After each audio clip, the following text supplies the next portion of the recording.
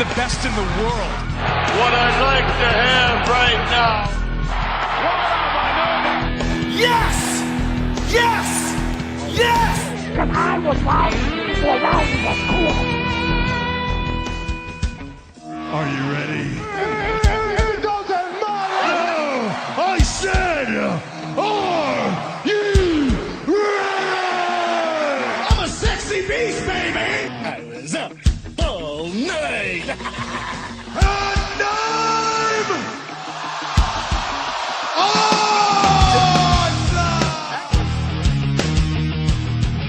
for life. Hey everybody, we're back. Third week in a row. This is the second pay-per-view we're covering. This is quite the Christmas miracle going on here. I was going to say to you that I don't like that statistic. Our third week back and 2 pay-per-views. That don't sound very good. And we have another one in 2 weeks. Roadblock, end of the line. Oh, wow. And then okay. we have about like a 6-week break before the Rumble. Oh, it's a full 6 weeks? I think so, because Rumble always lands the weekend of my daughter's birthday, so it's the last weekend of January. Okay. So, I'm your host, the legit Bosch, alongside via Skype. Grumpy Cheyenne, and I'm grumpy because I didn't see as much of the pay-per-view as I wanted. Yeah. I mean, hopefully that won't be the case going too much longer. Yeah, well, I hope nobody at my job just heard that. Do they listen? That I mean, it could be a schedule. It could be a schedule change, you know. Yeah, that's exactly what it is. Yeah. All right, so we're gonna start with TLC since that's what just happened a couple minutes ago. That's right. Tables, ladders, chairs, no DQs, and stairs. All right. The pre-show, Rosenberg was on the pre-show for the first time. He was part of the panel. How was that? I came in maybe 20 minutes late, but I thought he did a pretty good job. I mean, I listened to his podcast. I know this is like a lifelong dream of his. He's probably second on my list of people I want to see working in WWE after you. Oh, I appreciate that. That's very nice of you. Thank you. So, I thought he did a pretty good job. That's cool to hear. I mean, he's already pretty comfortable interviewing. Like, he works at Hot 97 and ESPN. He's already comfortable interviewing wrestlers and celebrities. So I thought he was going to fit. He's still at Hot 97? Yeah. Oh, I honestly thought he was gone already. No, he's still there. He does the morning show every morning. Okay. No. I thought by now. I just feel like we're in that age of satellite radio. I figured he would have made the jump. Yeah. I mean, maybe he's pretty happy there. By the way, quick plug for Rosenberg. The 2 podcasts I recommend. Excuse me. Yeah, I guess you could say podcast for Wrestling with Rosenberg that I recommend everybody listen to is that he does an interview. The one with Mark Henry is really, really good. Oh yeah, because he's really close friends with Mark Henry. Yeah, he's really tight with Mark. Yeah, but they're like us. Yeah, the Mark Henry one is really good. The Hogan one's really good, and I think he has a Lawler. I could be wrong. He has a lot of good ones, and his weekly podcast is pretty entertaining as well. Okay. Did he wear that WWF necklace that he has? Oh no, I wish. Nah, he wore a blazer with an American Alpha shirt underneath. Oh, okay, sweet. So, speaking of American Alpha, there was a 10-man tag on the pre-show. It was Apollo Crews, American Alpha, and the Hype Bros against Kurt Hawkins, the Vaudevillains, and the Ascension. Okay, and I'm guessing faces went over. Yes. Okay. I think Alpha, I wasn't really paying attention. I think the only thing that stood out was like the quick tease of Hawkins and Ryder going at it, and then Hawkins tagged out right away. Yeah. I'm not sure how I feel about that. I would love to see them go at it. I mean, unless they didn't want to waste it on a pre-show. Unless they didn't want to waste it on a pre-show. That's all I have to say. I don't know, man. I mean, I'm pretty sure half the people writing back there probably don't even know That's that they're former tag champions. Okay, the show began with Orton and Wyatt against Rhino and Heath Slater for the tag titles. Orton got the win with an RKO on Rhino. Okay. At one point, Harper took a gore from Rhino pushing Orton out of the way, kind of like they did at Survivor Series when Orton pushed Wyatt out the way. Okay. And after the match, the three of them posed with, both of them gave their belt to Harper while Harper held the belts up and they both did their poses. So, I mean, I'm pretty happy because I was never really crazy about Rhino and Slater as a team to begin with. I thought it was entertaining at first. Yeah, I have yet to see them... I think once they won the belts, they kind of just disappeared, or like just would really... They weren't as over as they were when they were chasing. I think it was more like, let's just get this contract on Slater. I mean, and if we were recording the podcast at the time, I suggested that they wouldn't win the belts, but then Slater would eventually beat Miz for the Intercontinental title to get himself on SmackDown. At the time when that was when we were like hypothesizing during text. Yes. Yeah, like at the time when Slater was really over, when he wasn't even signed to SmackDown yet, and I feel like once he got signed, it was. But decent match. I mean, I'm happy. I'm surprisingly enjoying Orton and Wyatt as a team. I think a lot of people.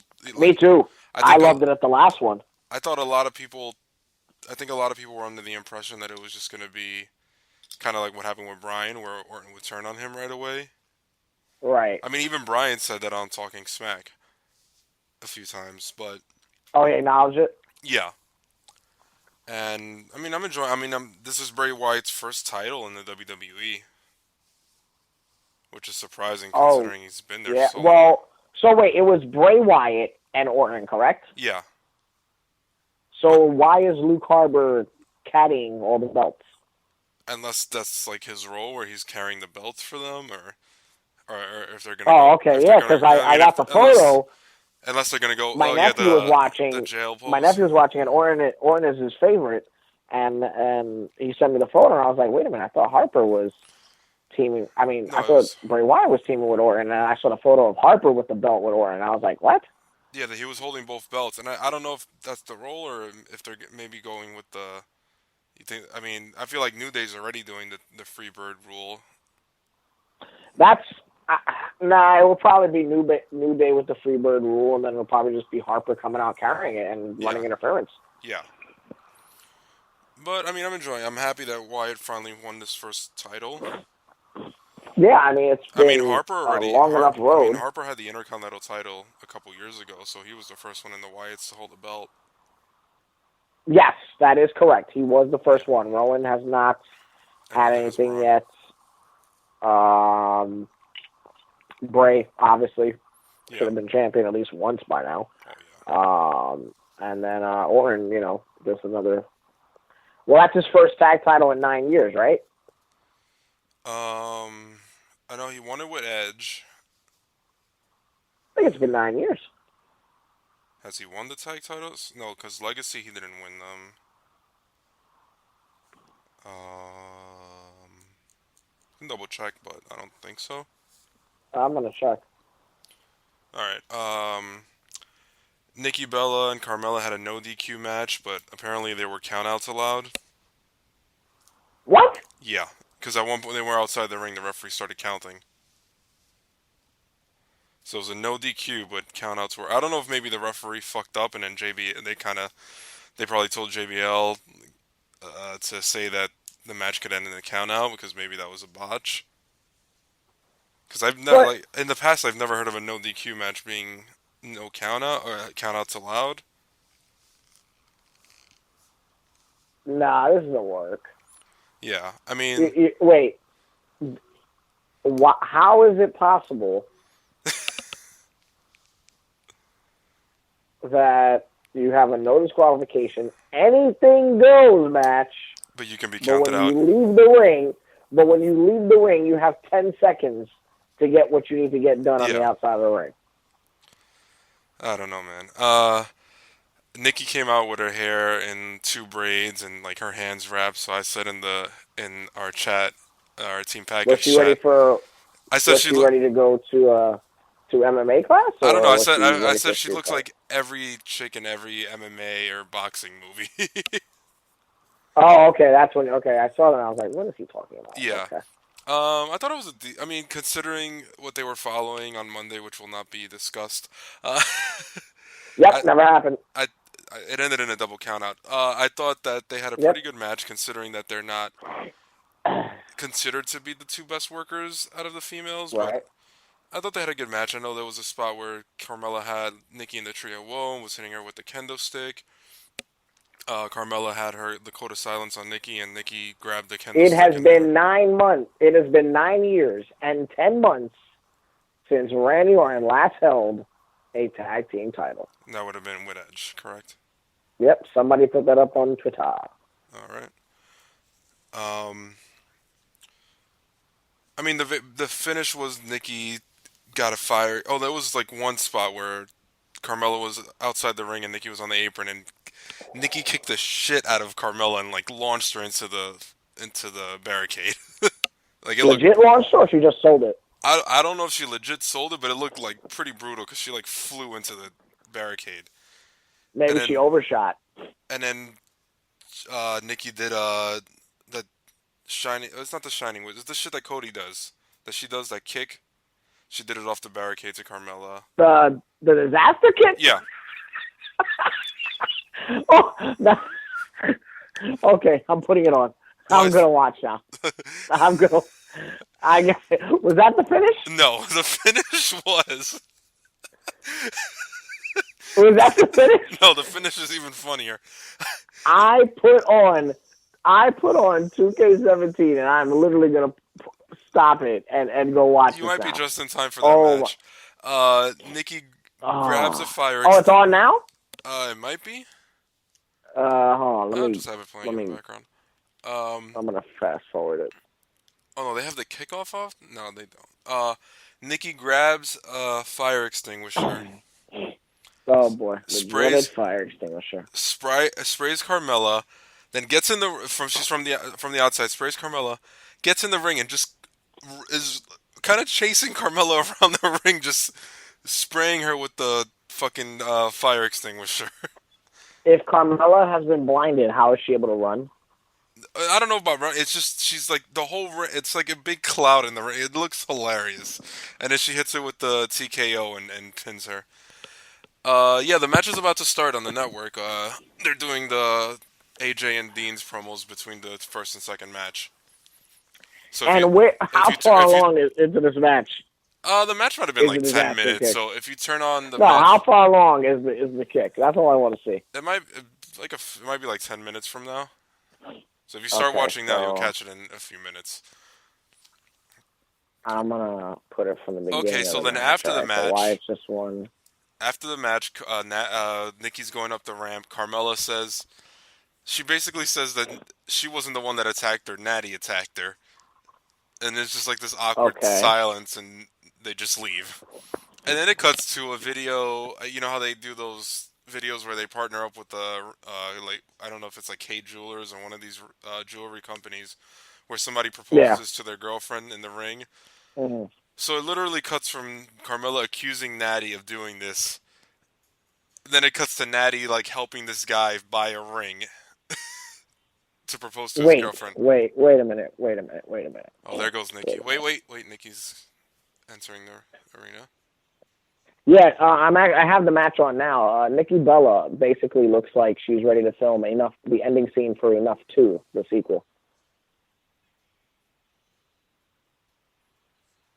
Sorry, I'm just admiring Nikki. Okay. Oh boy, all that no sold my line just so you could stare at a woman. That is ridiculous. That is you are deviant. I just want you to know that. I am. That's at least you know. Okay, so she says Natty attacked her. Later on in the show, Natty says she doesn't know what Carmella's talking about. So who know? I still don't know. Like they didn't really. Come on, so fucking hot. Sorry, I'll keep going with this one. I think. Oh, a suplex into the ropes. Oh man, you Did better you just speak fast it up forward? and somebody on the. Huh? Or did you fast forward? No, I'm watching from the beginning. Oh, I'm The still beginning on of the her women's entrance. match, rather. Wow, suplex into the ropes. Carmella better watch out for some jacked up guy on the internet calls her CrossFit Barbie. Wow. Oh, roll up. Wait, what? I think ours is on. I don't know. I'm watching live, but it's showing. It's Carmella still coming out to the ring. Oh no, I fast forwarded. Oh, okay. Yeah, Nikki started doing the opening sequence from the Enough movie. Okay. So, Miz faced Dolph Ziggler in an Intercontinental title match. Dolph Ziggler was wearing... no mercy, Black Angela ropes. Keep going. Dolph was wearing these fucking silver pants with the American flag on them. I don't know if he knew what title he was going after. Does he not know that it's the holidays and patriotism is out the window? Yeah. So, Okay, I mean, I thought they had a great match. They've been having some pretty good matches lately. The ending came when, I think there was one spot where Miz was hanging off the belt, and he fell down, and I don't know if it was legit, but he was, like, selling his knee for the rest of the match. Okay. And then the ending was, there was the two ladders set up, and Dolph was climbing between the two ladders, and Miz climbed up and kicked him in the nuts, and he fell down, and Miz grabbed the belt. Whoa, that's pretty cool. Then he grabbed... That's pretty epic. Yeah, he cut a promo with Maurice after the match, calling everybody losers. He dedicated his win to Danny O'Brien. Okay. I actually thought Corbin and Kalisto had a really good match. The chairs match. Really? Yeah. Really? It was a pretty good match. It was pretty back and forth, and Corbin won with the end of days on like a pile of chairs. Alexa defeated Becky for the women's title. Okay. Also thought it was a good match. I mean, I'm usually not a fan of tables matches because it's just leading to going through the table, but Alexa won with a powerbomb through the table on the outside. No way. Yeah. Was it cool? Yeah. All right, I gotta watch that then. And then one of the new announcer girls was trying to interview Becky after the match, and Becky like brushed her off and didn't want to be interviewed. So I don't know if they're leaning to like a heel turn or like a depressed Ronda Rousey. I'm not sure. I just want to tell you that Nikki Bella in this figure four head scissors thing, no-sold the shit out of it, grabbed that candlestick and was like, swap! Get off my bitch. Just want you to know that. This is great. This is great. No, pull the pants down, Nikki. Swap! Get off me. Yeah, of all people to get a hole in their pants, it wasn't Nikki. Then it was AJ and Dean in the main event, TLC match. I thought they had a great match, considering it was a TLC match, but there was a lot of cool spots in there. Oh, wow. Carmella just cursed. I'm sorry. I'm marking out this match. I don't know why. This is great. This is great audio. This is the spot where Carmella goes to the outside and Nikki kicked the shit out of her. That's what I was telling you about. Blades. Yeah. No, this is great. Carmella's just like shit. She wow. Flung. Did she not like fling her when she did that shit? Yeah. Yeah, no, that was a shoot. You were right. I think the disaster kicks. Oh, here it comes! Here it comes! I was afraid she was gonna fucking moonsault her. I was like, "What the fuck is Nikki doing?" Not for nothing. I give it to her, and I'm actually gonna say that was more of a shining wizard than the disaster kick. Yeah, I want to know if she got a pop. Hold on. Oh, let me see. The psychology, it's phenomenal. Play fucking $9.99. I know Mauro Ranallo sold the shit out of it. Mamma mia! Yeah, first I gotta see Pasta Pajuli. Now I gotta see the first I wanna see that sick kick. Swap! Get off me. Here we go. Up, get off me, bitch. Alright, here we go. Man, the last time I saw a girl from Staten Island get beat like that, she denied it. Never mind. Oh my god. I'm done. Alright, this podcast is getting cut because of fucking talking smack. Sorry. She ain't listening. I can say that shit. Okay, it's coming, kids. And I promise, for those of you that are listening, I don't commentate like this. Oh, Stifter in the LED lights. Oh my God. When you hear the audio, It's even worse. Okay, here it comes. Here it comes. I just said you're at the top of my list for people I want to commentate in WWE. Big difference with the audio included and everything. Yeah. Wow, that was actually cool. I give it to these girls. They're killing it right now. Yeah, I'm watching in real time, so I'm up to the part where right after the Tree of Woe. I just want everybody to know. Oh, wait, you're not at the fire extinguisher yet. Does anybody else notice that Nikki has a lace thong on underneath her black booty shorts? Nobody else is turned on right now? I did. Besides Bosch? Yeah. I just took a pop shot at my ex. Your girl's still going to be listening to this, so you pipe down there, sir. First of all, I don't think she listens. Second of all, she knows I love Nikki. That's true. There was a few good spots in this. I can't even continue this shit. All right, Dean. I can't wait till somebody hears that. I get that "Say No More" fam text tomorrow morning. Go on.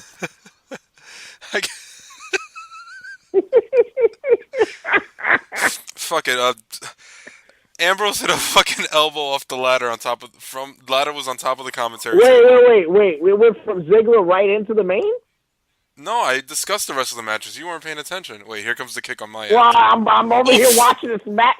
I'm over here watching my candidate for match of the fucking year. Excuse me. Sorry, I just saw the kick. Oh, man, that was great. Muda is so proud. Oh, man. All right, basically, the ending was Ellsworth pushed Ambrose off the ladder through tables, and AJ won the belt. That's basically what happened. Yeah. Okay, so let's just get this out of the way now. If you want to see all the spots, just watch the match. Okay, I'm up to the disaster shining. What an asshole statement. What? Yeah, if you want to see the cool stuff in the match, why don't you just watch it? Yeah. I can't. How am I supposed to continue after that? I can't. I'm sorry. Are you up to the fire extinguisher? Yeah. She's just totally. All right. Wow. Right in the crotch, Nikki. Jesus, a PG show. We already know you're a nympho. You don't gotta blow out her vagina with all that dry ice. Oh, TKO. Mark Merrill is proud. The number one finisher from WWF Attitude for PlayStation 1. Look at her raising the candlestick with her J-Lo enough pigtails. You watched Talking Smack, right? I saw the don't no-sell me. Screw that. Don't do the Abby and ignore me, okay? All right? We're still waiting on her response. Cap. That's right. Captain, Cap 22. Meanwhile, 22 pages later. Yes. What's going on? You guys, you live in the same building. There's no excuses. Hit her up. Tell her to come to the apartment. You have a lot nicer fucking equipment than we do. Get her to record. I had no idea they lived in the same apartment, but this part the same building. Get your fancy mic and have her record our intro. It's gonna take her like 20 minutes. Come on, not even. Yeah, do it for the little people, aka me. All right, because I know you're listening. All right, and you know exactly. I'm just saying. Because if you play this back, or you can do the Reader's Digest. All right, so I'll put it out there because I'm not gonna say anything, but you may or may not have sent me a person. Hold on. The Queen of Staten Island is talking. Hold on, wait, I gotta hear this classic promo. Nobody talk, including the audience. Turn it up so we can hear it. Okay, hold on. Oh, shots fired. Oh, who is it? This is the higher power. Who was it?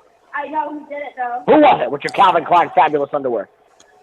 It was your little friend from Total Divas. Whoa! Natalia. Oh, son of a... Wow, Natalia. It was Natalia the whole time. Even the immediate WWE Universe bought it. Oh my God! Oh, son of a! Oh man, we're having that was emotional for me because the last time a girl from Staten Island spoke to me like that, it wasn't good. Stop anyway. It.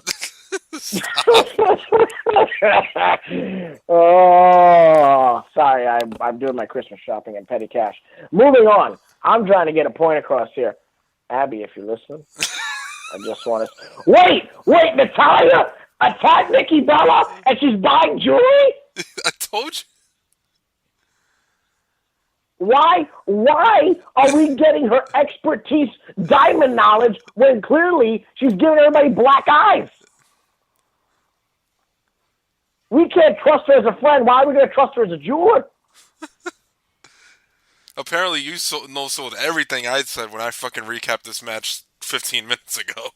No, but you're telling it one way. Okay, this is you telling me. Yeah, so after the match, all of a sudden, Natalya was buying jewelry. Well, if you would watch the damn shows, then you can recap it. Buying jewelry. You want to go to work for me, you bastard? All right. It was Natalya that started buying jewelry. Here's me. Oh, wow, that sounds very, very strange. Watching it, different fucking thing, okay, Mr. Hare? Oh, my God. Every kiss begins with K. Well, like every kiss begins with plot twist over here on SmackDown. Why is Darren Young dressed up like Morgan Freeman? I skipped through the whole thing. Oh, right. Oh, wow, I'm going to get a bunch of bad tweets. That's David Otunga. Legit. I was like, why is Darren Young on commentary?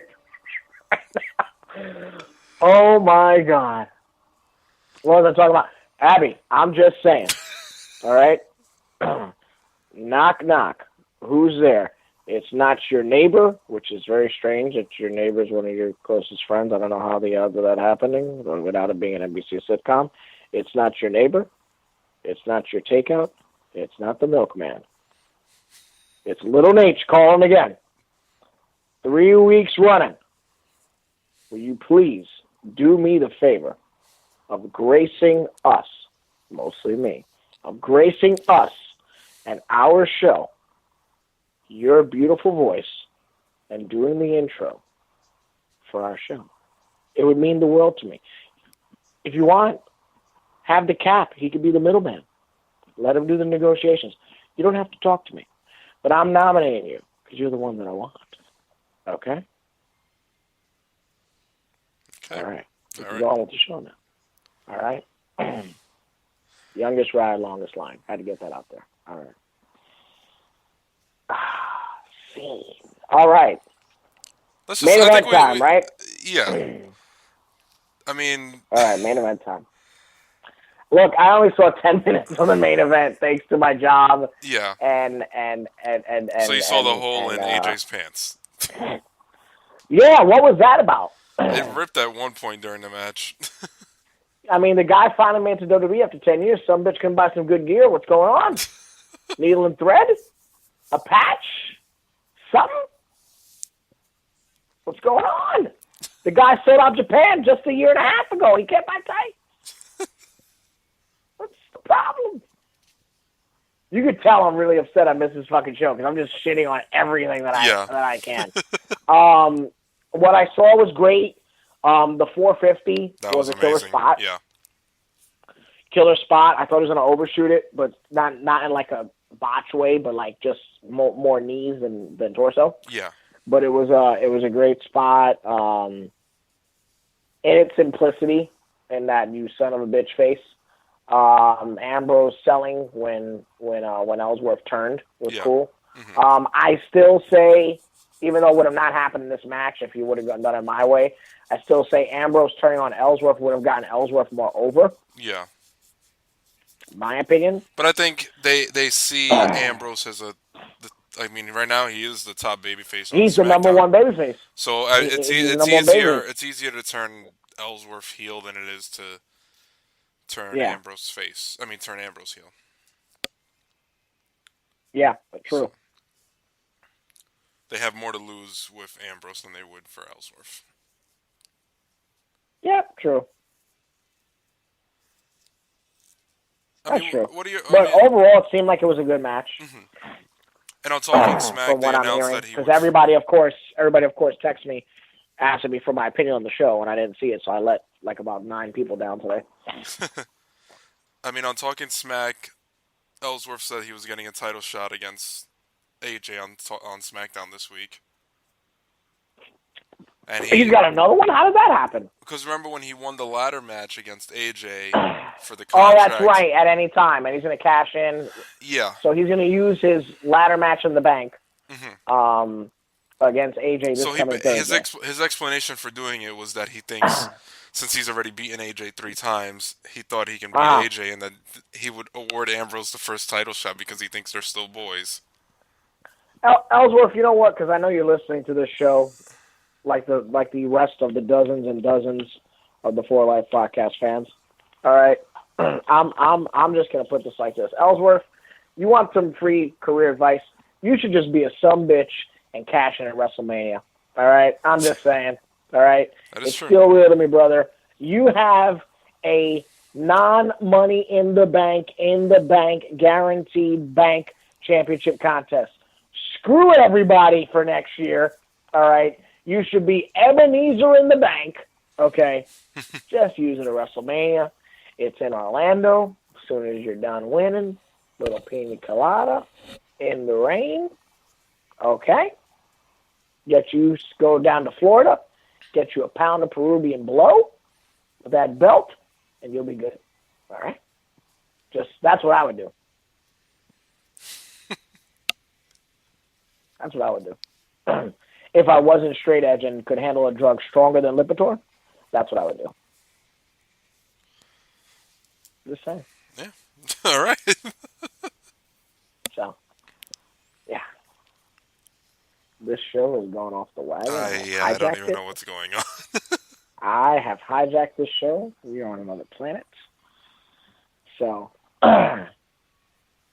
yeah, that's where we are. I'm upset I missed this fucking pay-per-view because it actually sounds better than you're saying. Yeah. All right, let's talk about Monday Night Raw minus because I don't know. You want to take a break before we come back? Fine.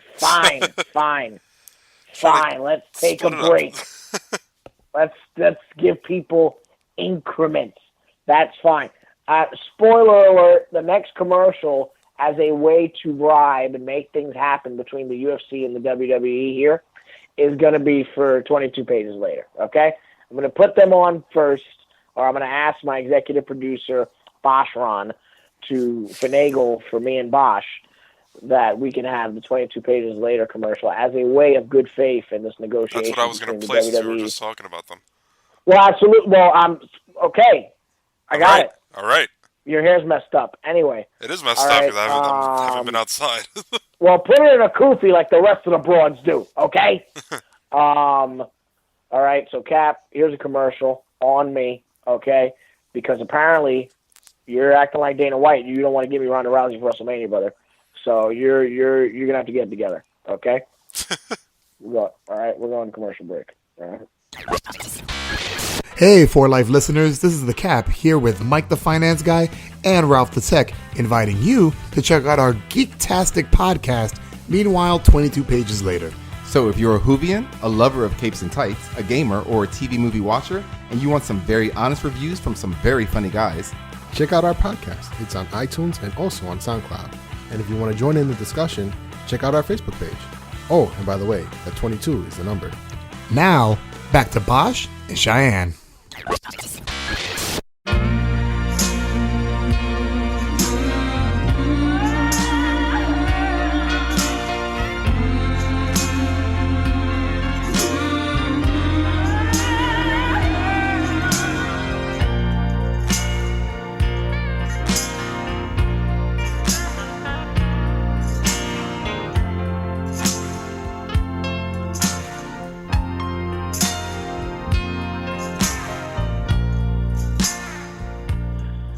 Welcome back to the For Life podcast, running 3 weeks straight as we continue recovering or recapping or something. Don't judge me. Keep your voice shut, fat boy. Recapping this week in wrestling. As you just heard, we covered the tables, ladders, chairs, stairs, and no DQs pay-per-view that just occurred a few moments ago. We covered the 5-star classic that was the Nikki Bella Carmella matchup, the main event, and there are still ongoing negotiations between WWE and UFC, a.k.a. the For Life podcast and the 22 Pages Later podcast. But right now, I'd like to continue hijacking the story because I am extremely grumpy. I can't even talk. I am extremely grumpy that I missed the pay-per-view. So I said I can't talk. You son of a bitch. Okay? You keep it up. The next show, it's me and you in the ring one last time. All right? All right. Anyway. All right, I'm going down Side Headlock Takeover. Let's go home to the pay window. Let me tell you guys a story from the American Championship Entertainment last night, which, by the way, let me give you guys the rundown real quick, the results, if you will. And then I'll tell you what the real story of the show is. Oh, shit, I ripped my run sheet. Son of a bitch. I am all over the place. All right, last night, American Championship Entertainment hosted Worlds Collide from the Morgan Jr. Arena. The opening contest was T.J. Marconi taking on Anthony Gangone for the Diamond Division title. Anthony Gangone successfully retained his Diamond Division championship. Stockade and Alvin Alvarez, who has now become the Black Diamond, ended in a no contest when Monster Mac viciously attacked both competitors, particularly Stockade. Vince Steele was victorious in singles competition against Jamal Jackson. The Dukes retained the tag team titles against the Midnight Sensations. The Golden Showers and Matthias Glass defeated the Disciples of Fear and Johnny Angel. Fight for Flight matchup saw Sebastian Cage, Sonny Kiss, Jesse Vane, and Crowbar in a four-way matchup where Crowbar became the Fight for Flight champion. Anthony F.B. Ramirez and Adam Payne ended in a no contest. Yeah. Anthony F.B. Ramirez and Adam Payne ended in a no contest when both competitors were counted out but continued to brawl throughout the arena. And in your main event, Ring of Honor star Keith Lee took on Dan Ma for the Ace Heavyweight Championship in a match that I, without question, recommend everyone see. Dan Ma was victorious and retained the title. It sounded like a good show. It really was, top to bottom. Yeah. Top to bottom, there really was no weak match at all. I mean, if I didn't have my baby cousin's birthday, I would have been there. No, there really was no weak match at all, top to bottom. There was something for everybody. Yeah. The roster was very solid. We tried a couple new things yesterday. Certain people were in attendance, and it was. Was there any interaction between Jamal Jackson and Vince Steele's manager, Mustafa? During the match, yes, there was. Basically, Mr. Mustafa got on the apron. This allowed Jamal Jackson to get his hands on Mr. Mustafa, but gave Vince Steele the opening to become victorious. Okay. Just wanted to know. So that's how that happened, and Mustafa did not get cracked in the head again, unfortunately. So basically, we're leaving the show, right? Even though I'm kind of breaking kayfabe. We're leaving the show, right? And all of a sudden, I'm saying goodbye to everybody, and Mr. Smooth Tag himself, Joe Causey's best friend from CBS-FM, Chris Shady Torres, knocked down a child. Struck down a kid. Was this as bad as the time that Thomas pushed the kid in EZW? The little Chinese kid? Yeah, this was worse because the child unfortunately fell down. Took a really, a sideways. Was this on purpose? Okay? No, it was in fact an accident, but Shady didn't want any of the blame, that son of a bitch. He didn't want any of the blame. So the kid fell, and Shady was blaming everyone but himself. Okay. All right, the kid goes down hard, almost cries, okay? Comes running to me, all right? What happened? Shady knocked me down. Shady, why'd you knock the kid down? Oh, I didn't knock the kid down. Shady did not want any part of it, okay? Shady is a bastard. He is a bully, okay? There, I'm done.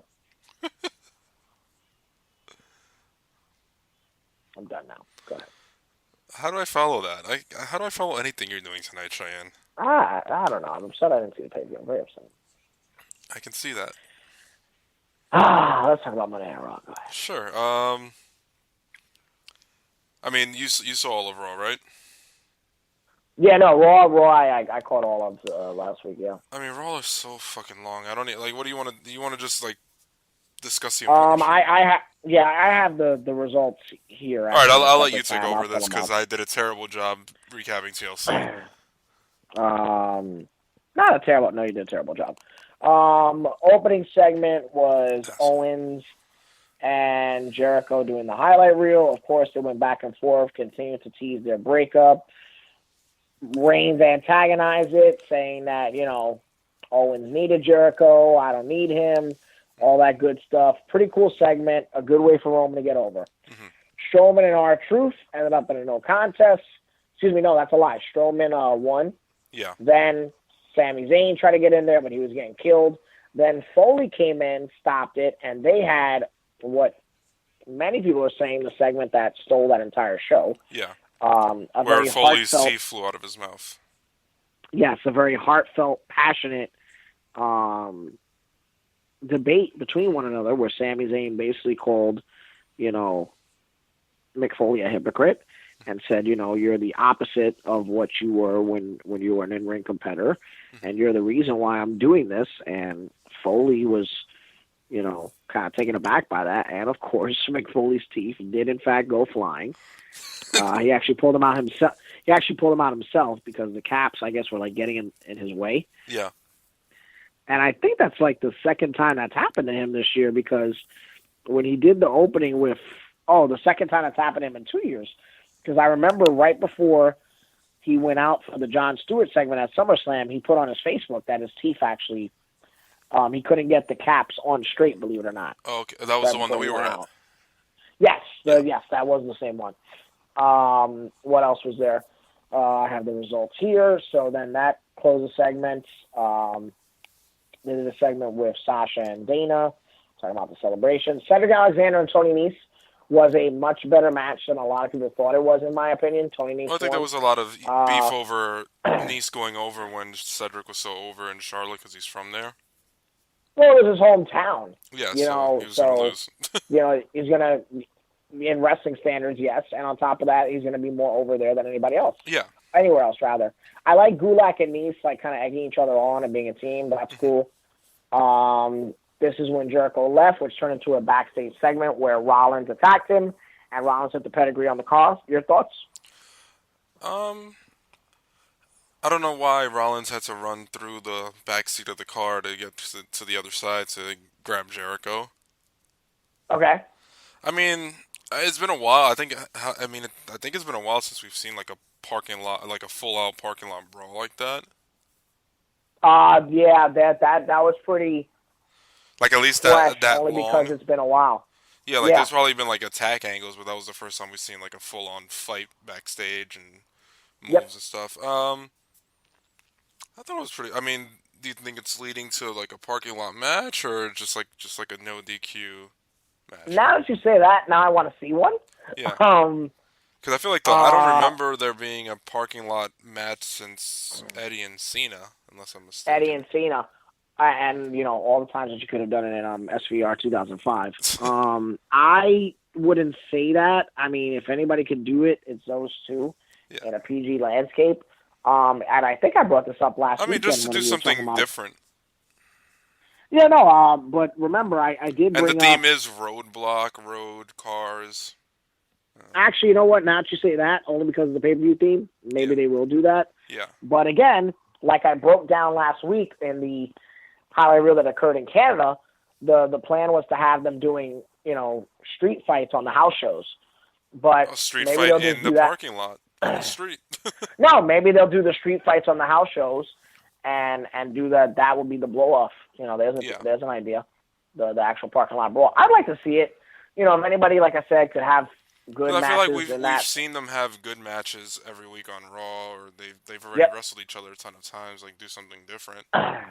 Yeah, that's a fair point. I agree. It will be. And in a match like that, it kind of keeps both of them out of the main event as far as interfering. Well, yeah. I mean, right now the number 2 heel on Raw is Jericho. Yeah. Even though some say there is. And I think we'll get that tag match on the go home. We'll get that tag match on the go home show. Yeah, and that'll cause dissension. Yeah. Yeah. I agree with that. The next segment up on Raw is the much anticipated Charlotte versus Sasha match, which unfortunately ended in a double count out. So and Foley swerved everybody and said the match will start later on with no disqualification. Mm-hmm. Rusev and Enzo.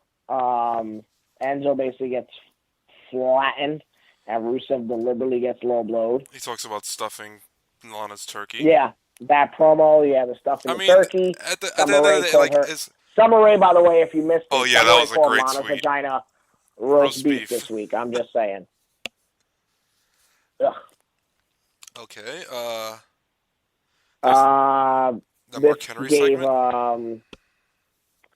Oh yeah, when Titus O'Neil and him were fighting for the role in Some Space WWE Jam. film. Yeah. Rich Swann got a victory over Noam Dar. The bar segment that featured a cameo from the beautiful Tessa Blanchard. Lovely Tessa Blanchard, yes. Excuse me. Reigns and Owens had a singles matchup that I thought was really, really good.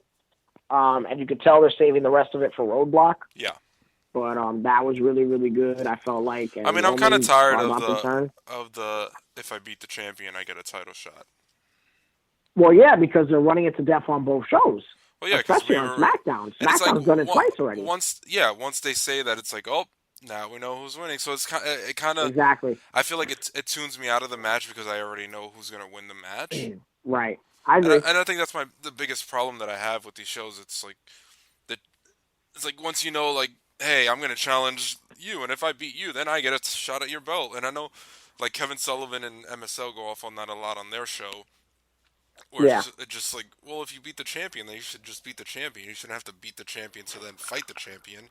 I agree with that too. Which is because you're basically. I mean, it's one of those things like, well, he's time that they have. It's the old argument the heel used to make. Well, I already beat you. Yeah. Well, it's true. Just give him the belt. It's like, and between he's that, got the credibility now. Between that and Ellsworth defeating the champion all those times, it's like too much. Yeah. I mean, I like Ellsworth, but him beating AJ every week is like, okay, when they did this 20 years ago with Barry Horowitz, he didn't defeat Diesel. He defeated Skip. Right.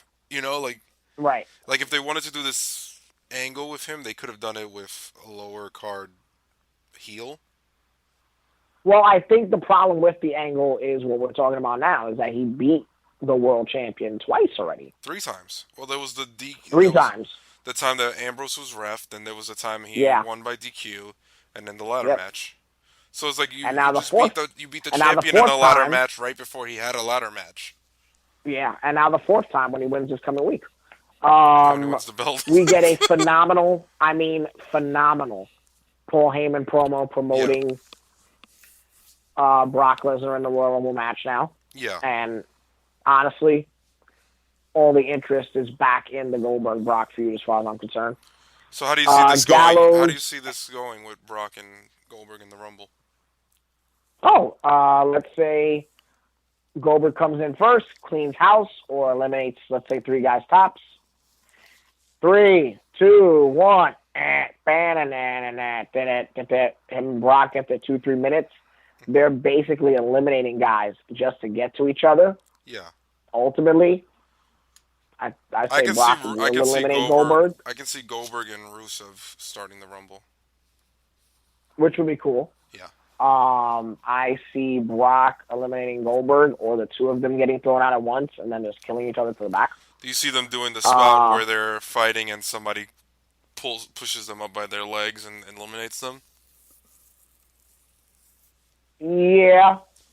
Do you see I can see that. Do you see it being it's like either opposite ends of the spectrum where it's either going to be Braun doing it or somebody like Ellsworth doing it. Well, remember, somebody else eliminating them keeps them both strong. Nobody looks weaker than the other.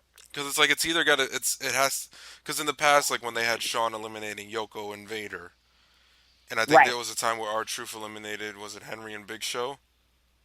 Yes, Henry and Big Show. It tends to be somebody smaller, so I don't see it being like a Braun. Like I can see it being a Ellsworth to do it. If Ellsworth was a babyface, yes, Ellsworth will attempt to touch one of them, I think. Do you think Ellsworth will be a babyface by the Rumble? Because he's kind of still playing it off like a babyface if he's fighting AJ. I mean, of all people to get that spot, he would be the most likely to get that double elimination on the 2 biggest names in the Rumble. It's possible. Okay, it's possible. Gallows and Anderson versus the New Day. Their second best match since debuting, as far as I'm concerned. Yeah. Great match, great finish. You can definitely tell New Day's going to hit the record next week. Apter posted an interview with Demolition. Yeah, what did they say? I mean, they were basically like wishing them luck, and it was pretty like babyface. Okay. Yeah. Then we get a segment between Sasha Banks, who is basically saying she's going to be Ric Flair's fifth wife because she dedicated the match to him, as she was telling her Spanish-Polish aunt, Bailey. Then, Falls Count Anywhere match. Sasha Banks, Charlotte, that was the main event. They closed the show with that. My cable went out, so I still don't know who won. Yeah, neither do I. I was watching on the YouTube feed. Yeah, great show overall. But I missed the ending. Yeah. Yeah, sucks. So SmackDown had... Yep, go ahead, take it away. Becky and Alexa, they had a contract signing to start the show. Ooh, I love contracts.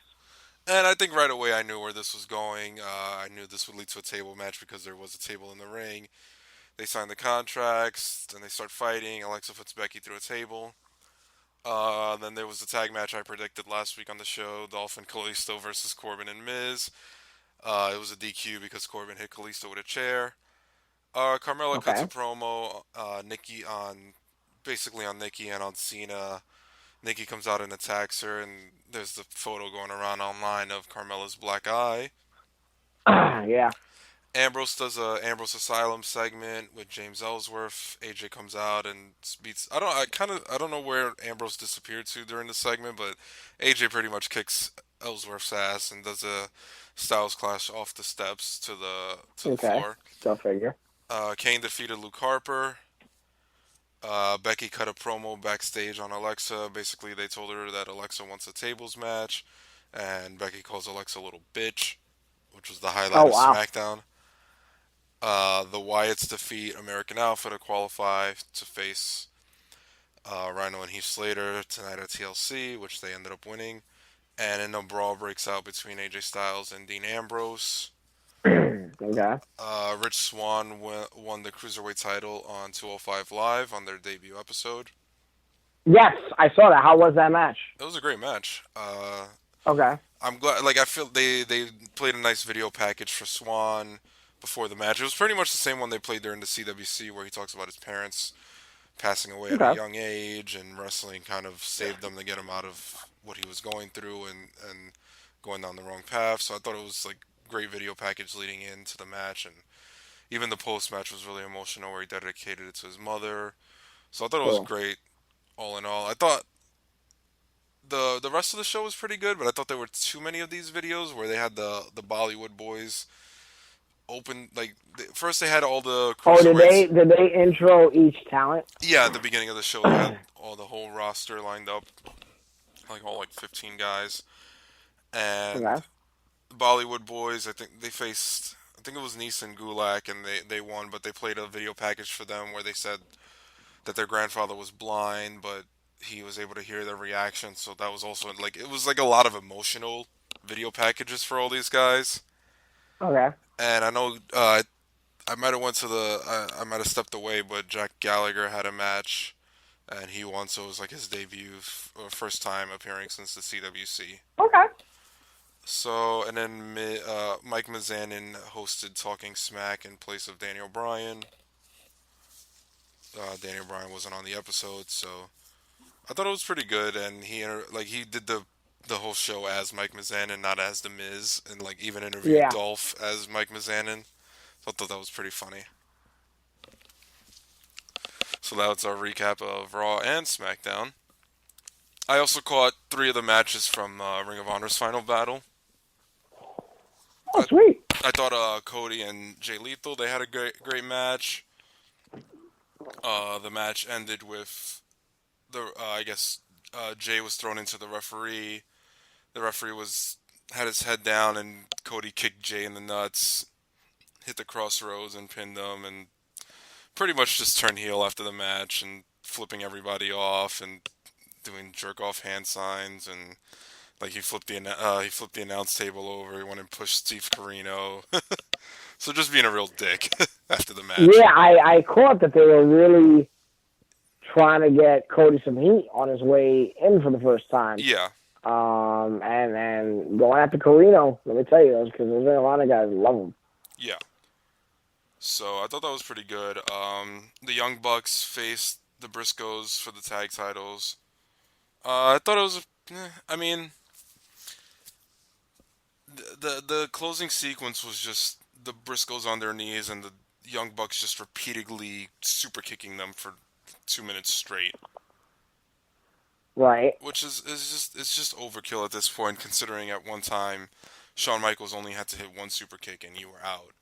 Exactly. So I think that's just the problem where now it's just for them when they're doing 50 of them in one match before they finally get the win. Because at one point they kicked them a few times and the Briscoes like flipped them off and spit at them, and then they just kept repeatedly kicking them. So it's overkill at this point. Like, I know a lot of people want to see them get called up to WWE. They just signed the multi-year contract with Ring of Honor, so they're not coming anytime soon. Until they get bored with them. So yeah, I mean, I don't know how they would get away with doing that in WWE. Yeah.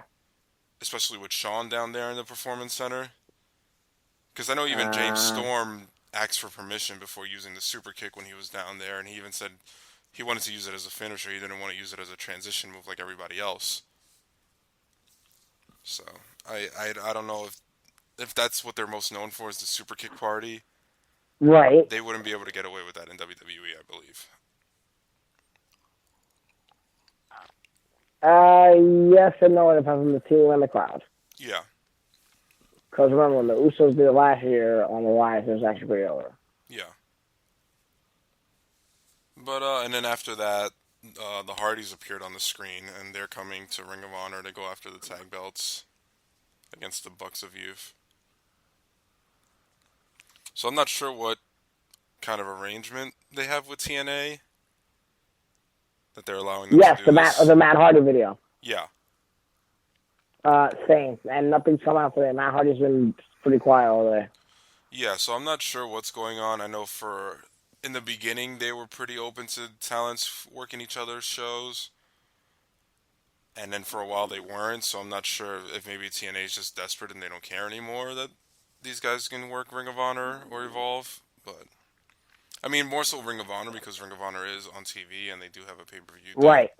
Evolve it's hard to tell to find what they're on TV. Yeah, because Evolve is just online. So, you never know. But, I mean, the Bucks are going to be with them for a while. And they're going to feud with the Hardys, I guess, this year. And Kyle O'Reilly defeated Adam Cole for the title. Let's talk about that, because Cole is the number one American heel in Japan. What are your thoughts on that? I mean, I think Riley's a good worker, but I wish they would have kept it on Adam Cole a little longer. Because I enjoy him as a champion. Who do you think would have defeated the current champion race? I'm not following the product as much as I used to, so I'm not too sure who would have been the guy. I mean, him and Kyle O'Reilly have been feuding for a while. They had a great match in Manhattan, like 3 years ago, or it was like 3 or 4 years ago. They had an awesome match that I was in attendance for. It was an Omega Rules match, so it was kind of like MMA influence, where like both guys were busted open, and like the match. It was the only time I've ever seen a match go from a boring chant and 5 minutes later have the whole place erupting and this is awesome and cheering and clapping. Because they started really slow and then it just out of nowhere picked up and they were beating the shit out of each other. It's probably up there with one of my favorite Ring of Honor matches I've seen live. But I don't know. I'm not too familiar with the entire roster to know who could have been the guy. I think he could have had a long run. I mean, Jay held the belt for over a year. A lot of the guys tend to hold the belts for close to a year. So. Yeah, especially in Ring of Honor, because it's a totally different mindset. They're not bouncing back and forth from champion to champion. Yeah. Because remember, at Ring of Honor, their big shows are every how many months? I mean, they've been You're having. Know better than me. Working where I do, they've been having a lot of shows lately. Like almost on a monthly basis, they have a pay-per-view. Oh wow! Okay, I know they had a student show Saturday afternoon. Like every month or 2 months, they have an actual like pay-per-view that's on for the cable distributors. Yeah. Yeah. So I guess you want to just run down the rest of the news that I have for the week? Yep. Yeah. I guess let's see what else we have for news. Nakamura won the NXT title back in Japan Yeah. Question about that. Is that on the network? I believe they're going to show it on this week's episode of NXT. At least Not that the full match. show? Huh? Not the full show? I think it's going to be like the time where Joe won the belt from Balor at that house show where they just showed the match. Oh, okay. Oh, that's kind of... Because I think they have everything recorded up until their January takeover, if I'm not mistaken. Okay. But neither Joe or Nakamura are on either of those shows, but they have like a series of matches leading to the number one contender. So we kind of heard it. I mean, and I know Joe and Nakamura are having another match coming up. I think I don't know if it's a cage match, but they're having a match in the UK. But I see Nakamura keeping the belt. So they're having all these matches, but not on the show. But I think they're going to show them on the NXT show. Yeah, that's a big deal, though. Yeah. I mean, if Joe was British, then I would say Joe's going to win it back, but... If they ping-pong it, though, that... I don't think... I think the purpose of Nakamura losing it was to win it in Japan. Yeah. Well, that could make sense, because when Balor... When it was Balor won it or retained in Japan? He won it for the first time in Japan. Yeah, I mean, not a bad way, but comparing Balor winning in Japan to when Nakamura gets it back in his hometown, two different reactions, man. Well, yeah, because one guy's a native. Yeah, of course. So, let me see. Speaking of Japan, Tajiri is going to be back full-time with the company in 2017. I'm assuming it's going to be for the Cruiserweight division. I actually did not know that. Where was that? I just read it over the weekend. Okay. Good. I love Tajiri. Huge Tajiri fan. John Cena is going to be hosting SNL this coming Saturday. I'm excited about that. Yes, I marked out for that one. And he also has a new movie that he's going to be in with Leslie Mann and Ike Barinholtz called The Pact. Really? Yeah, it's basically all three of them have teenage daughters that they make a vow to lose their virginity by prom night. So pretty much like a female American Pie. Oh, okay. And I guess they're on a mission to make sure that they're on a mission to cockblock. Okay. So I mean, it sounds funny. The last few comedies that he's been in, Trainwreck and Sisters, I thought he's been hilarious. And so I'm guessing this is a bigger role. And supposedly in Trainwreck, I think I brought this up on the show. He's basically playing Ziggler. Yeah. Amy Schumer said, right? That character is based on Ziggler. Wow. Which is hilarious that Nikki was not thrilled about the role because there would be the sex scene, and Nikki dated Ziggler before dating Cena, so it's just one big weird. Yeah, weird Eskimo brother situation there, Daddy. And in not so good news, it was announced that Snuka was told he has 6 months to live. I guess I caught that on Friday night. What is that about? It's I guess the cancer that he has is terminal now, so they told him he has 6 months to live, which is really sad. Wow. And I feel like it's kind of tainted by the news of the murder that came out not too long ago, and them trying to reopen the case. Mm-hmm. So I mean, it kind of sucks that his legacy might be tainted by that at the end. And I don't think we discussed did we discuss the whole Vader thing? I don't think we. Yes, we did. Oh, we did. Okay. Yes, we did. Yeah. I believe we did that on the first show back. Yeah. So it's kind of sad that these guys are being told how much time they have. Yeah. I mean, you never know if they take care of it. They might. I mean, maybe in Vader's case. I remember there was at one point when Roddy Piper had cancer. I think they told him that he had very, very little to live, and legit WWE was even warned to have video packages ready and everything. And I think they got another 2 years out of Roddy. Was it that recent? Huh? Was it that recent that happened with the cancer? Yeah, that was... Because he ended up dying of a heart attack.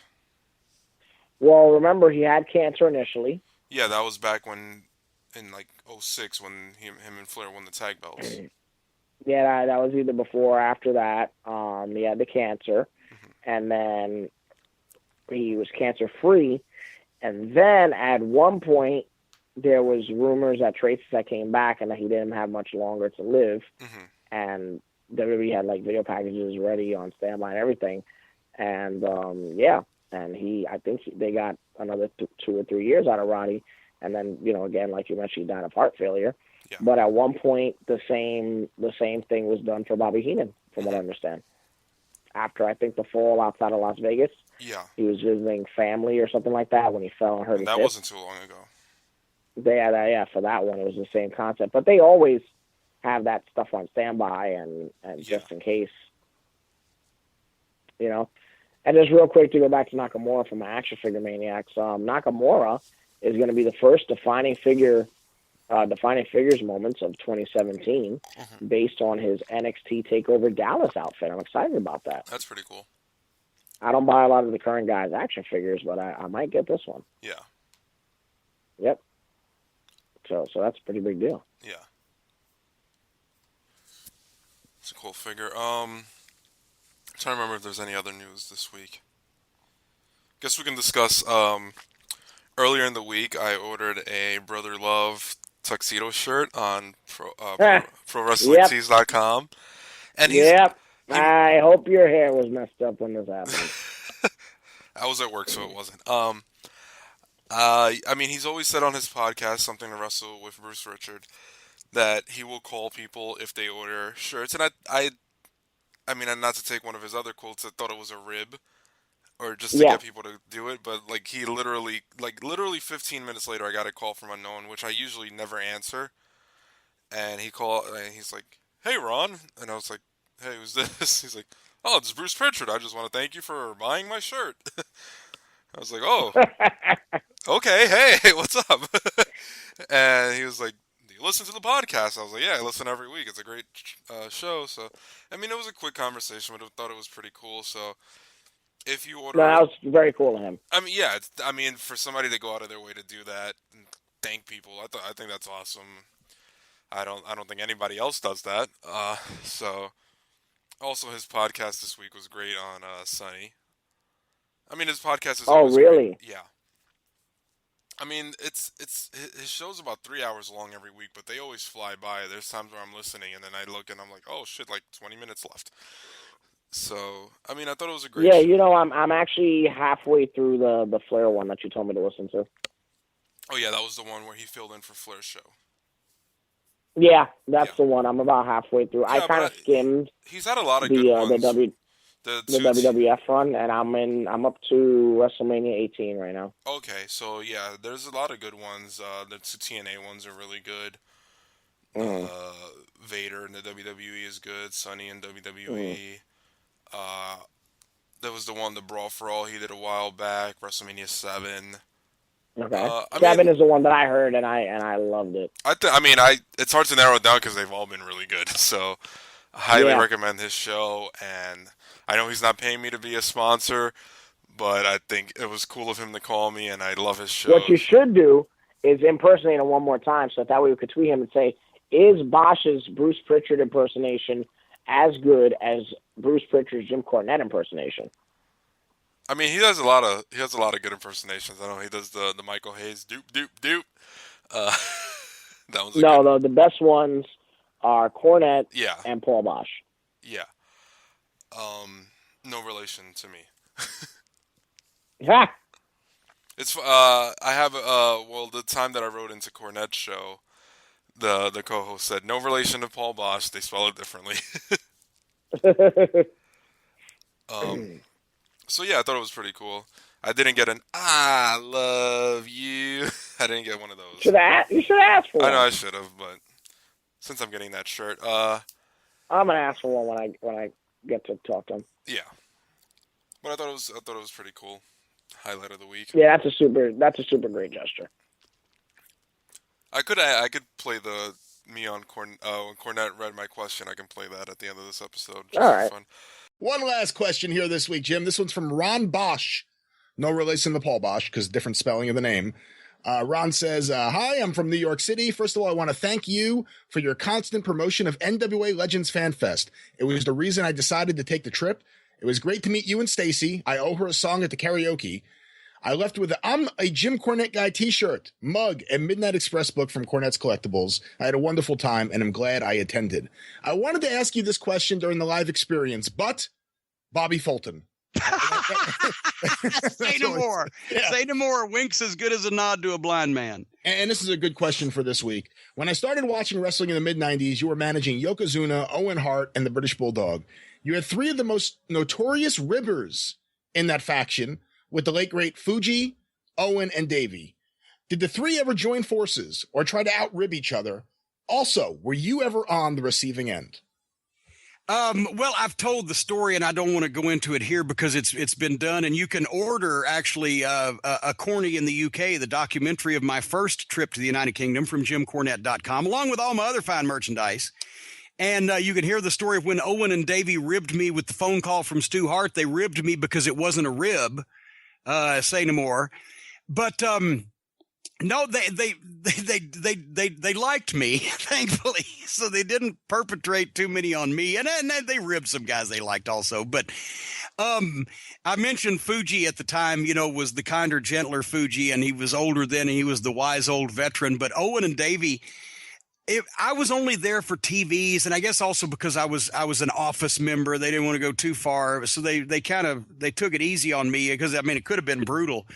But their best ribs were at house shows and on the road.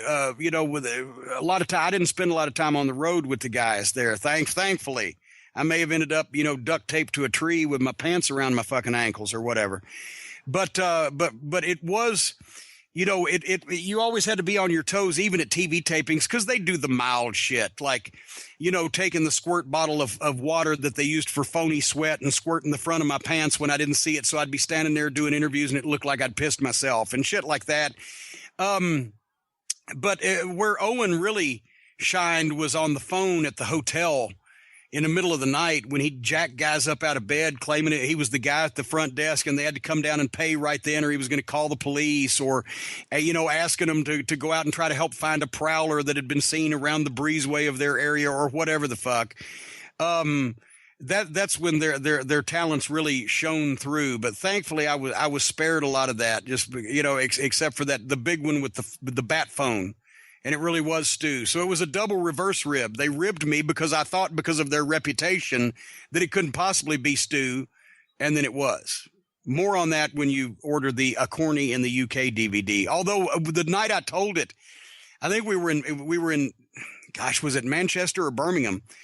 And Georgia Smith, Davy's daughter, was there to hear that, and she loved it. So it was. He was from Manchester. Yeah, so it had to be Manchester. Anyway, so there you have it. There you have it. All right. Anything else that we can discuss this week? I have zero news other than that. What I'm actually going to do right now is literally skim through the dirt sheets and see if there's anything noteworthy. Yeah. Let's see. And right now, Lesnar came back, defeated Rusev last night. Was that a house show? Yeah, in Mexico City. Santino is trying to do Hollywood. Ryback is in talks to do MMA. We should end the show with Truth Be Told. What? Two big things, real quick, because we are running out of time. I got the counter here. We could end the show with this discussion. WWE offering indie contracts and airing indie shows and companies on the network. Oh yeah, that was discussed. That really is the biggest story of the week, despite being the same story but getting more details. Even though anytime I brought it up, somebody wanted to do call up the repost police. But go on. I'm not sure what too many details are. What is it that they're trying to get all these indie companies onto the network? The short versions is that WWE is in fact looking into getting networks as part of the indie companies as part of the network. Mm-hmm. It would be similar to their working relationship with Evolve and WWN. And obviously, depending on the content that they are provided by, with their working relationships, the price point of the network would in fact change. I mean, but everybody it knows would about still the be worth it survey that because came out this year. right now, Flow Slam is charging $20, and that's just for like Evolve and like those in like House of Hardcore and the WWN stuff. And they're charging $20 a month for that, which is double what WWE is charging, which is why I haven't subscribed. Yeah, and despite everything, if the price point does go up, it is in fact, like Bosch said, it is in fact worth it because you're not just getting WWE, you're getting who knows what else. It would be similar to the Evolve relationship. As of right now, the price points discussed are similar to Netflix: $4.99, a $9.99, an $11.99, and a $14.99. Because I would pay Except $14. This is not. I would pay $14 for what they currently offer. But I agree. But this is not based on amount of streaming devices. This is amount of content per price point. The other big thing was lots of Ring of Honor contracts are expiring, and WWE is looking and offering. And they know that the NXT roster is thinning. Well, I mean, the Young Bucks retained their belts, and they're staying with the company. I mean, maybe Adam Cole... All the big moves are going to happen from January to May.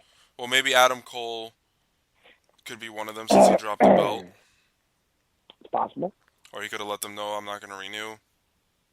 It's possible. Carino was on Bill Apter's podcast, and he addressed the rumors. He said that he is under contract with Ring of Honor till December 31st, and until then, he is not going to say anything. So after December, after the new year, he is able to do what he wants. So I guess he's kind of also leaving it open. But I know he was down in the Performance Center. Okay. But his would be a coach role. I would not say what I know. Go ahead. Well, I mean, because you know somebody. I just said, I didn't say who, I just said you know somebody. It's as far as I'll go. Yeah, but I'm not blowing up any spots. No. That's just me. Yeah. But, yeah, I mean, it's going to be, next year at the beginning is going to be really interesting. Well, kind of like what happened this past year where all these guys' contracts expired with New Japan. And we got the club, AJ and Nakamura. And AJ and Nakamura right now are the two champions. If you're an indie fan, something tells me you don't want to miss the Royal Rumble. Oh, no, I mean, definitely. That's what it sounds like to me. Mm-hmm. But it's going to be an interesting time. Multiple contracts are expiring, and things are changing in the wrestling world. Yeah. Bobby Roode is going to be challenging Samoa Joe for the NXT TakeOver San Antonio show. As of now, it's Nakamura, because Nakamura won the belt back. As of right now, it will be Nakamura with. That's right. Yes, correct. You're absolutely right. Because I did find it weird when I heard that Roode would be the number one contender. I did find it weird that it would be against Joe. As far as As far as I didn't bat an eye. I was just happy that it was Roode. I can only imagine the. No, I'm happy that it's Roode. I'm just saying I'm surprised that it would have been against Joe. I thought it would make more sense against Nakamura. I would say have Roode win it and then Nakamura in the Rumble.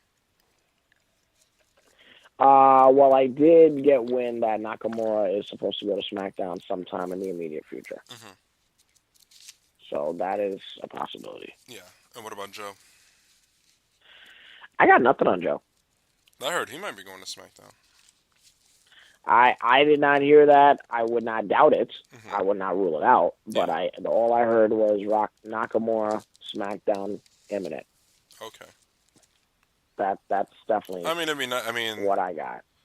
Him and AJ. It's crazy to think that him and AJ stole the show at Wrestle Kingdom and not even a year ago, and now they're both NXT and WWE champions. And that is. And they were fighting. Nuts. They were facing each other for the Intercontinental title, not even a year ago in Japan. Yep, and now that you say that, if Nakamura is in the Rumble, I would love if they opened. I mean, AJ will still be champion by then, I feel, but still, you never know. Mm-hmm. Oh, fun fact that I learned today from my 2K17 maniacs: you can make Royal Rumble matches for championships now. Oh, nice. Yeah. But so you can't choose the participants? I haven't actually done it yet. I saw it on a YouTube video. I feel like in the last 2 games, I haven't been able to like pick the guys that I want in it. I know in Universe mode you can. I just haven't messed with the Rumble mode with the new game engine. Okay. But I know in Universe mode you can definitely pick the contestants, which makes more sense in Universe mode. But I don't see why you can't do it in Exhibition. Yeah, that's weird. Because in the past you used to be able to, where they would show the graphic with all 30 guys. Correct. Yeah. Correct. But I learned that today. So for my 2K17 Maniacs, if you want to do a Royal Rumble match for a belt, you can now. If that means anything to you, you're welcome, all of you. You can do the Flair winning the belt. Well, that was actually the video example. That was the example that the guy made in the nice. in the thing on YouTube. So yeah, so pretty cool stuff. Yeah. Slow week, but it was a pay-per-view week. We'll have another pay-per-view in 2 weeks. And we got another pay-per-view in 2 weeks, and not to mention the women killed it this week, so that was going to be the talk of the town. That was going to be the talk of the town. Yeah, well, I think between Monday and tonight, there's 3 pretty solid matches. Yep, yeah. Totally.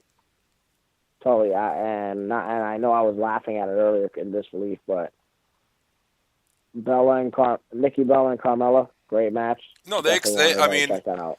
All bias aside towards Nikki, like they exceeded my expectations. Yep, big time. Yeah. Big time. Good. Hats off to the girls. The girls on both brands are killing it right now, and I'm literally gonna watch the Bliss match now. I think the girls on SmackDown are killing it. I'm tired of the flip flopping of the belt on Raw, and it's pretty much just focused on those two. And once in a while, Bayley. Mm. So I would say, like, yeah, Raw has those stronger main event women, but SmackDown has more women that they're doing stuff with. Okay. So, I mean, I don't know. How do you feel about the flip flopping of the belt?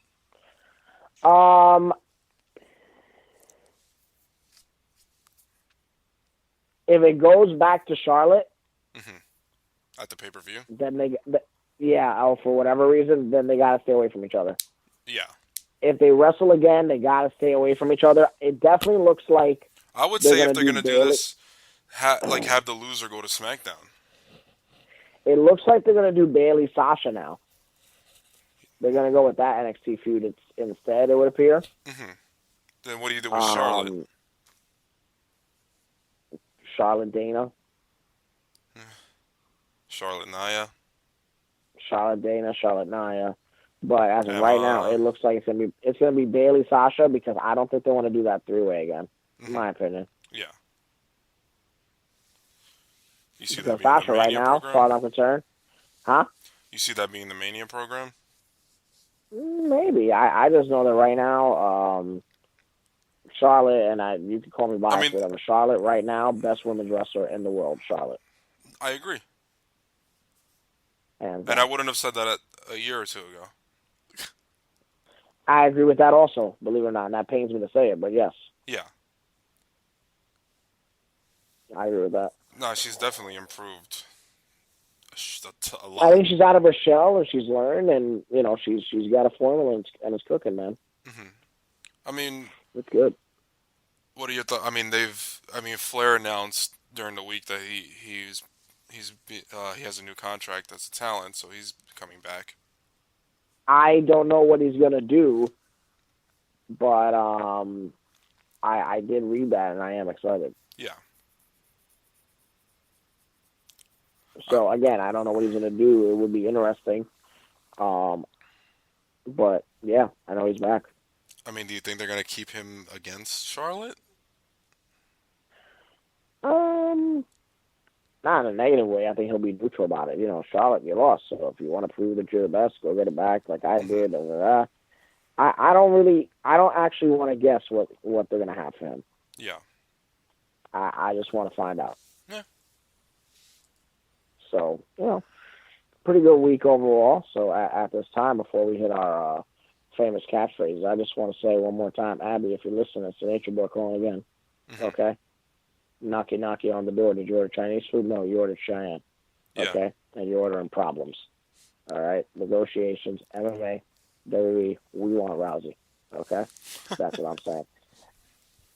Speaking of things that we want, Bosh, what if somebody wanted one of those nifty 4 Life Podcast t-shirts?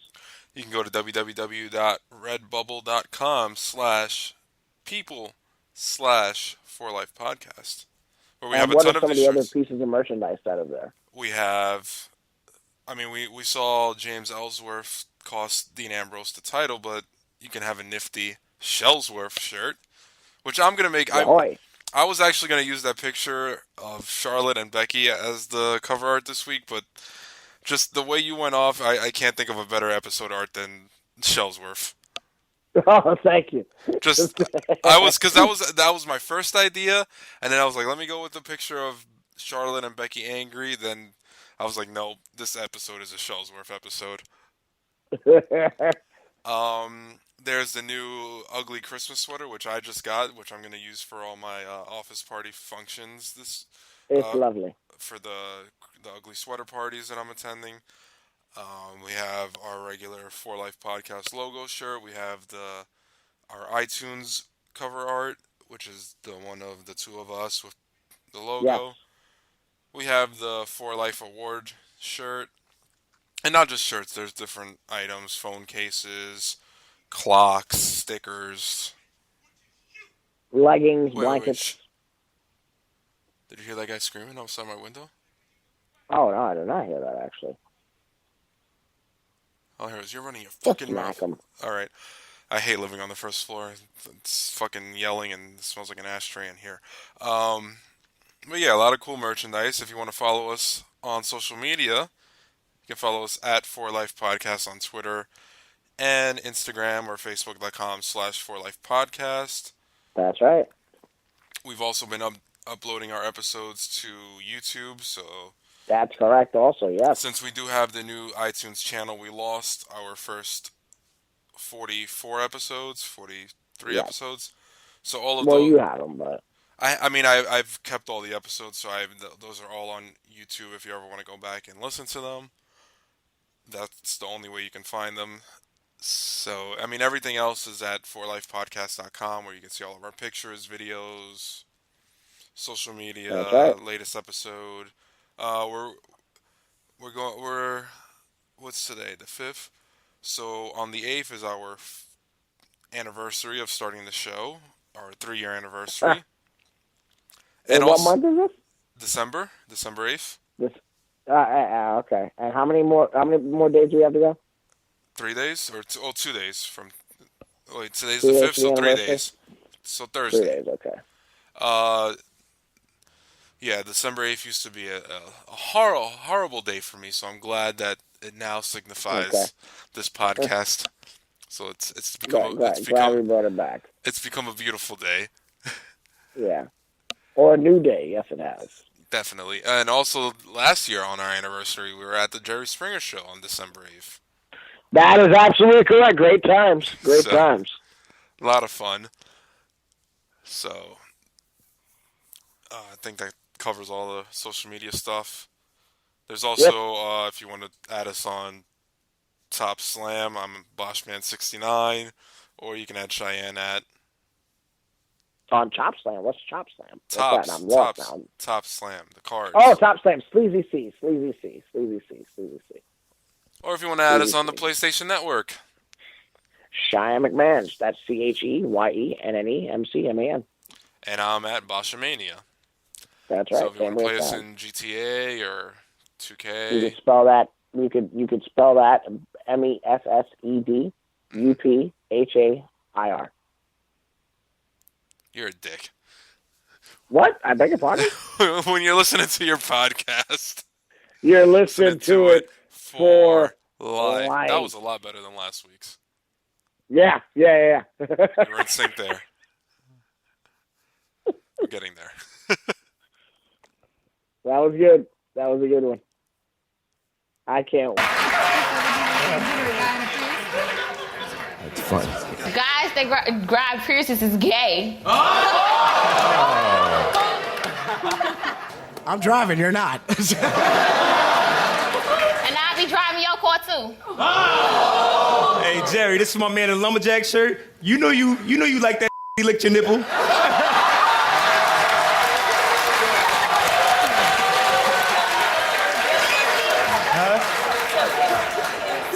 Our producers have decided that you will take us into the break. We'll be right back with Jerry's final thought.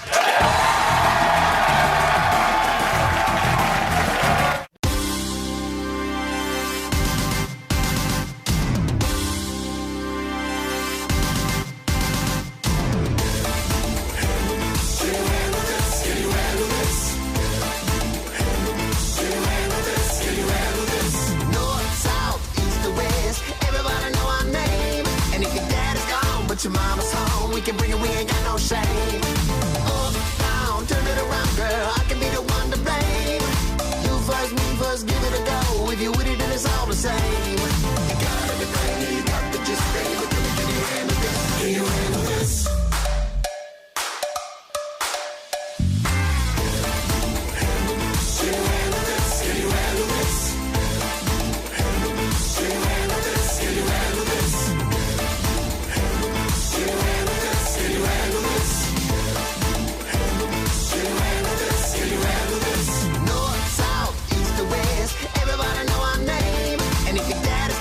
Your mama's home, we can bring it, we ain't got no shame. Up, down, turn it around, girl, I can be the one to blame. You first, me first, give it a go. If you with it, then it's all the same. You got everything, you got to just stay. But can you handle this? Can you handle this?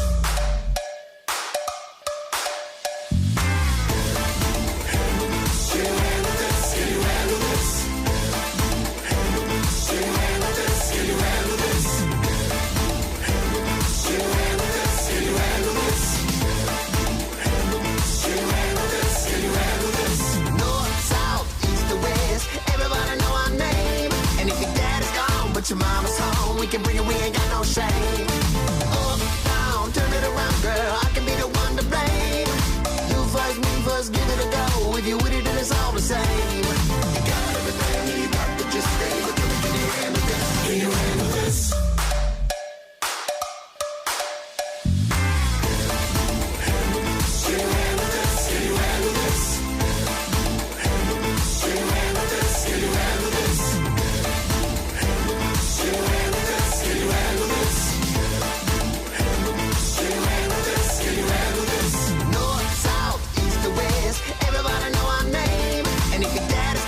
Your mama's home, we can bring it, we ain't got no shame. Up, down, turn it around, girl, I can be the one to blame. You first, me first, give it a go. If you with it, then it's all the same. You got everything, you got to just stay. But can you handle this? Can you handle this?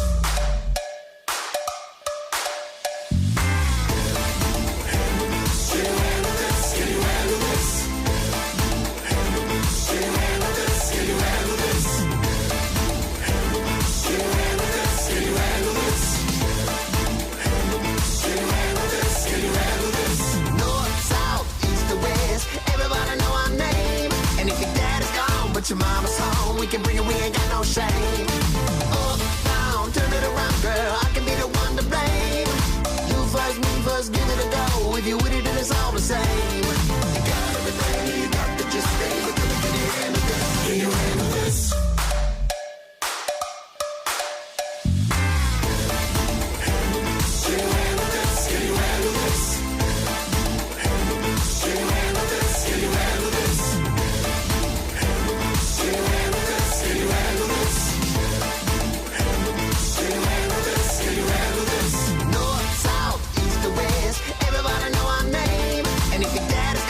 Your mama's home, we can bring it, we ain't got no shame. Up, down, turn it around, girl, I can be the one to blame. You first, me first, give it a go. If you with it, then it's all the same.